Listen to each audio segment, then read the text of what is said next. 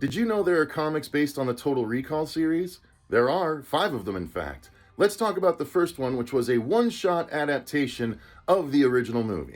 The first Total Recall comic actually came out of DC Comics, and it was called the Total Recall DC Comics Movie Special from 1990. The comic simply tells the story of the movie, in which a man named Quaid is a man who dreams of Mars and wants to travel there, but his wife Lori says no. Quaid goes to a company called Recall to get a vacation experience unlike any other, one implanted directly into his head as memories. Something goes wrong at the start of the procedure, however, and suddenly Quaid thinks he's a spy and people are out to get him. Turns out Quaid is right, and that he's actually working with the Mars Resistance led by a mutant named Kuato in order to take down the evil corporation, which is in turn led by a man named Cohagen. Quaid fights back with the help of a woman in the Resistance named Melina, and by the end Quaid finds out that he's actually named Hauser and was accidentally working for Cohagen the entire time, leading them to Kuato in order for his opposition to finally be in a position to kill him. Once he finds this out, Quaid refuses to become Hauser once again and fights to free himself from captivity. Quaid frees Melina and they go to start the Mars reactor as Cohagen and his men try to stop them. Ultimately, they overcome Cohagen and his men, sending Cohagen out into the unlivable Mars atmosphere, but then they start the reactor, which begins the process of creating a livable atmosphere just as they're sucked out onto the planet's surface. Cohagen and his henchmen die, but Quaid and Melina manage to survive just as the atmosphere fills their lungs with air, and Mars is saved.